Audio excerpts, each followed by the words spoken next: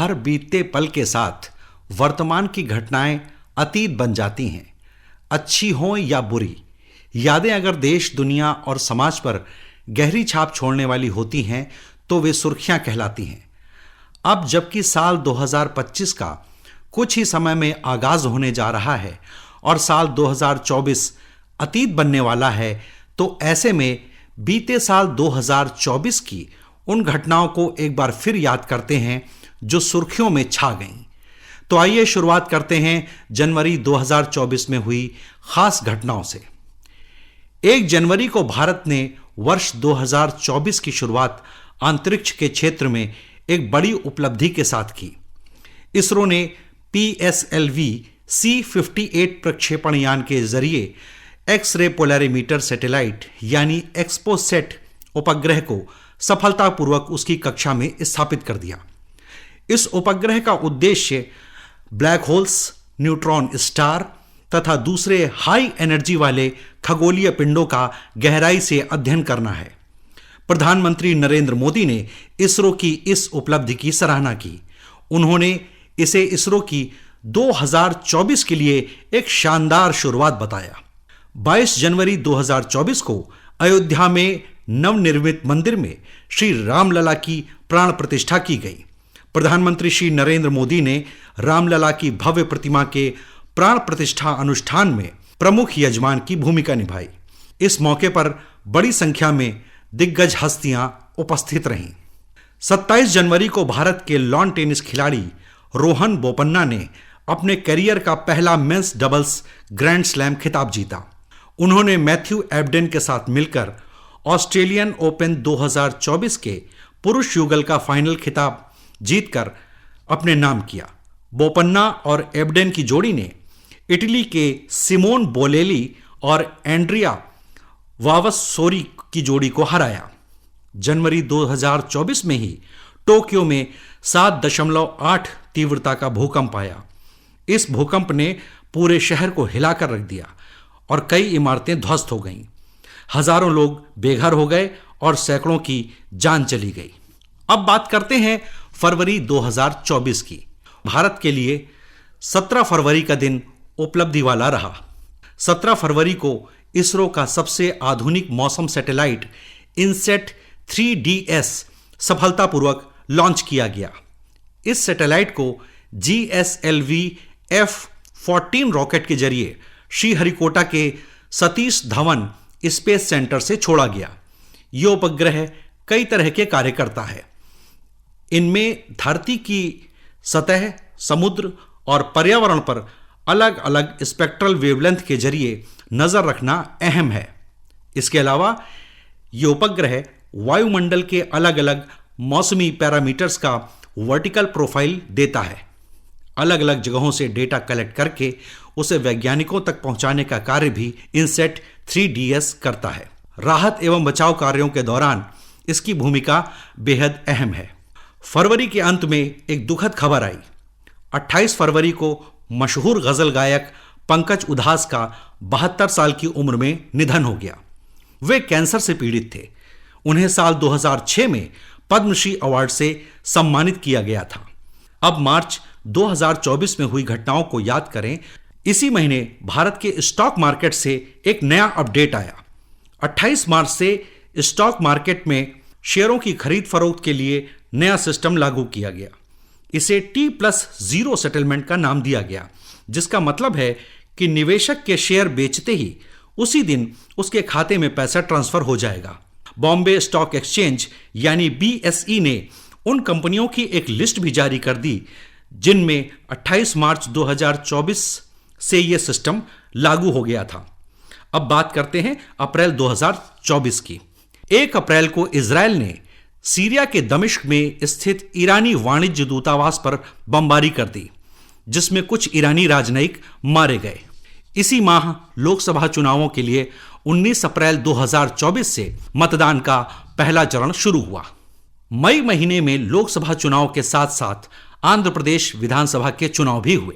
13 मई को आंध्र प्रदेश में एक ही चरण में विधानसभा चुनाव कराए गए। वहीं अंतर्राष्ट्रीय पटल पर एक गंभीर हादसा 19 मई 2024 को हुआ। ईरान के राष्ट्रपति इब्राहिम रईसी का हेलीकॉप्टर खराब मौसम के कारण दुर्घटनाग्रस्त हो गया।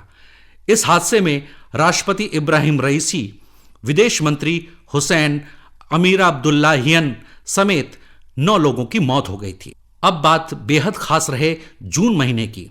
जून 2024 में लोकसभा के लिए अप्रैल माह से चले आ रहे आम चुनावों के 7वें और अंतिम चरण का मतदान संपन्न हुआ।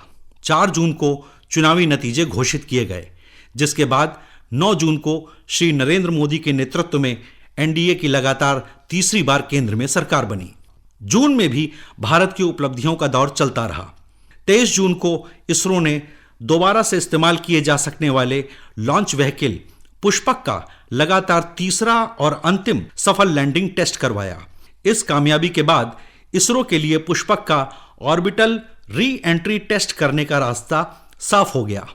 आरएलवी प्रोजेक्ट के तहत इसरो अंतरिक्ष में मानव उपस्थिति दर्ज कराने की कोशिश कर रहा है। आरएलवी तकनीक में पूरी तरह सफलता हासिल कर लेने के बाद रॉकेट या स्पेसक्राफ्ट को दोबारा से इस्तेमाल किया जा सकेगा। आरएलवी पुष्पक के इससे पहले भी 2 सफल टेस्ट हो चुके हैं। दूसरा सफल टेस्ट भी साल 2024 में ही मार्च माह में किया गया था। 24 जून को कांग्रेस नेता राहुल गांधी को नेता प्रतिपक्ष चुना गया। राजनीति में प्रवेश करने के बाद से राहुल गांधी ने यह पहला संवैधानिक पद संभाला है। खेल के मैदान में भी जून में अच्छा समाचार मिला।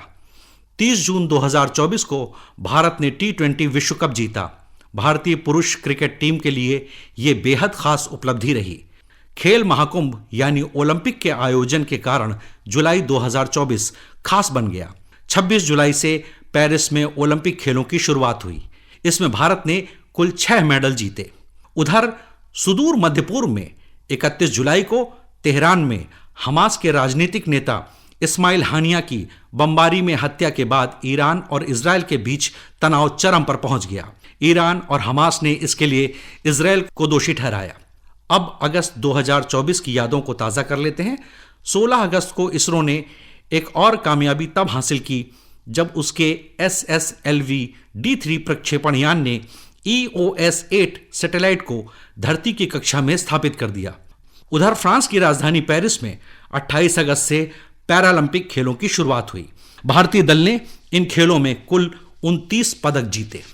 शानदार रहा सितंबर 2024। 3 सितंबर को भारत के लिए आर्थिक मोर्चे पर अच्छी खबर आई।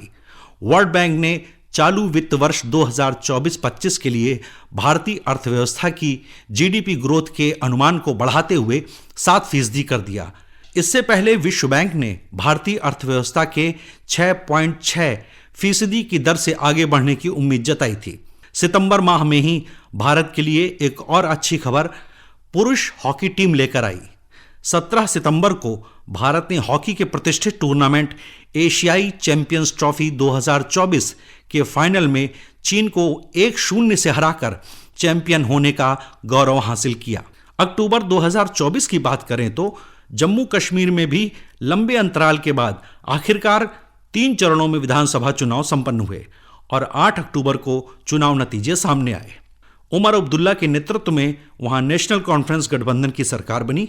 उमर अब्दुल्ला ने 16 अक्टूबर को केंद्र शासित प्रदेश जम्मू कश्मीर के पहले मुख्यमंत्री के रूप में शपथ ली।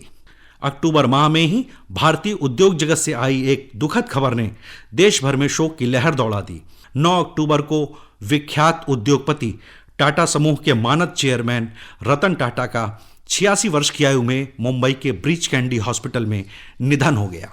नवंबर 2024 की चर्चा करें तो 6 नवंबर को अमेरिका के राष्ट्रपति चुनाव में रिपब्लिकन नेता डोनाल्ड ट्रंप ने ऐतिहासिक जीत हासिल की। उन्होंने डेमोक्रेट उम्मीदवार कमला हैरिस को बड़े अंतराल से पराजित किया। 6 नवंबर को ही बिहार की लोक गायिका शारदा सिन्हा का दिल्ली एम्स में निधन हो गया। 72 वर्ष की आयु में उन्होंने अंतिम सांस ली। छठ पर्व के दौरान उनका निधन हुआ। इस खबर से बिहार समेत पूरे देश में शोक की लहर दौड़ गई। उन्होंने हिंदी, मैथिली और भोजपुरी भाषाओं में कई शानदार गीत गाए। भारत सरकार ने उन्हें पद्मश्री और पद्म भूषण से सम्मानित किया था। 11 से 20 नवंबर के बीच हॉकी का प्रतिष्ठित टूर्नामेंट महिला एशियाई चैंपियंस ट्रॉफी 2024 बिहार के राजगीर में आयोजित किया गया। इस टूर्नामेंट में भारतीय महिला हॉकी टीम तीसरी बार चैंपियन बनी।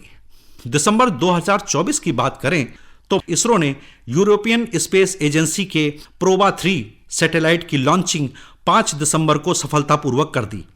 प्रोबा 3 दरअसल 2 सैटेलाइट का जोड़ा है जिसे सूर्य के कोरोना का गहराई से अध्ययन करने के लिए कक्षा में स्थापित किया गया है।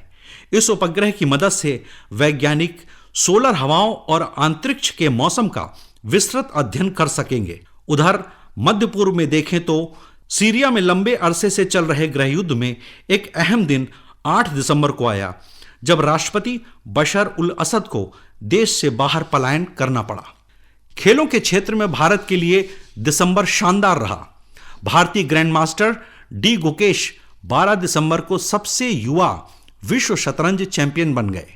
गुकेश ने सिंगापुर में विश्व शतरंज चैंपियनशिप के अंतिम गेम में चीन के डिंग लिरेन को हराया और सबसे कम उम्र के वर्ल्ड चैंपियन बने। इसके बाद एक अप्रिय समाचार 15 दिसंबर को आया। 15 दिसंबर को विख्यात तबला वादक और पद्म विभूषण उस्ताद जाकिर हुसैन का निधन हो गया। उन्हें 2009 में पहला ग्रैमी अवार्ड मिला था। 2024 में उन्होंने 3 अलग अलग एल्बम के लिए 3 ग्रैमी अवार्ड भी जीते। उन्हें कुल मिलाकर 4 प्रतिष्ठित ग्रैमी अवार्ड जीतने का गौरव हासिल हुआ। आर्थिक जगत की बात करें तो वर्ल्ड बैंक के अर्थशास्त्रियों ने 18 दिसंबर को यह जानकारी दी कि भारत रेमिटेंस प्राप्त करने के मामले में दुनिया भर में पहले स्थान पर होगा। साल 2024 में भारत में रेमिटेंस के जरिए 129 अरब डॉलर आने का अनुमान जताया गया है। इसी महीने मशहूर फिल्म मेकर, डायरेक्टर और लेखक श्याम बेनेगल का 23 दिसंबर को निधन हो गया। 8 नेशनल अवार्ड जीतने का रिकॉर्ड बनाने वाले श्याम बेनेगल को मंथन, मंडी, भूमिका और जुबैदा जैसी फिल्मों के लिए जाना जाता है। वो न केवल पैरेलल सिनेमा के जनक कहलाए, बल्कि उनकी बनाई फिल्म मंथन ऑस्कर अवार्ड के लिए नॉमिनेट भी हुई थी। साल 2024 के जाते जाते देश को एक और अप्रिय समाचार मिला। 26 दिसंबर की रात 9:51 पर पूर्व प्रधानमंत्री डॉक्टर मनमोहन सिंह का दिल्ली के एम्स अस्पताल में निधन हो गया। वे 92 वर्ष के थे। डॉक्टर मनमोहन सिंह देश के लगातार 2 बार प्रधानमंत्री रहे। उन्होंने वर्ष 2004 से 2014 तक भारत के प्रधानमंत्री के रूप में सेवा की और देश के विकास में अहम भूमिका निभाई। वे पूर्व प्रधानमंत्री पीवी नरसिम्हा राव की कैबिनेट में भारत के वित्त मंत्री भी रहे थे। वर्ष 91 से 1996 तक डॉक्टर सिंह भारत के वित्त मंत्री रहे। इस दौरान उन्होंने आर्थिक सुधारों की एक व्यापक नीति लागू की, जिसे विश्व भर में सराहा गया। वित्त मंत्री रहते हुए उन्होंने भारत की अर्थव्यवस्था के उदारीकरण का महत्वपूर्ण कार्य किया। 1971 में डॉक्टर सिंह भारत सरकार से जुड़े और वाणिज्य मंत्रालय में आर्थिक सलाहकार बने। 1972 में उन्हें वित्त मंत्रालय का मुख्य आर्थिक सलाहकार नियुक्त किया गया। इसके बाद उन्होंने कई महत्वपूर्ण पदों पर कार्य किया, जिनमें वित्त मंत्रालय के सचिव, योजना आयोग के उपाध्यक्ष, भारतीय रिजर्व बैंक के गवर्नर, प्रधानमंत्री के आर्थिक सलाहकार और विश्वविद्यालय अनुदान आयोग यूजीसी के अध्यक्ष जैसे पद शामिल हैं। राष्ट्रपति द्रौपदी मुर्मू, प्रधानमंत्री नरेंद्र मोदी समेत देश के तमाम राजनेताओं और हस्तियों ने डॉक्टर सिंह के निधन पर शोक व्यक्त किया है। ये थी बीते साल 2024 की कुछ खास झलकियां। नया साल 2025 आप सभी श्रोताओं के लिए खूब शुभ हो, हम ऐसी मंगल कामना करते हैं।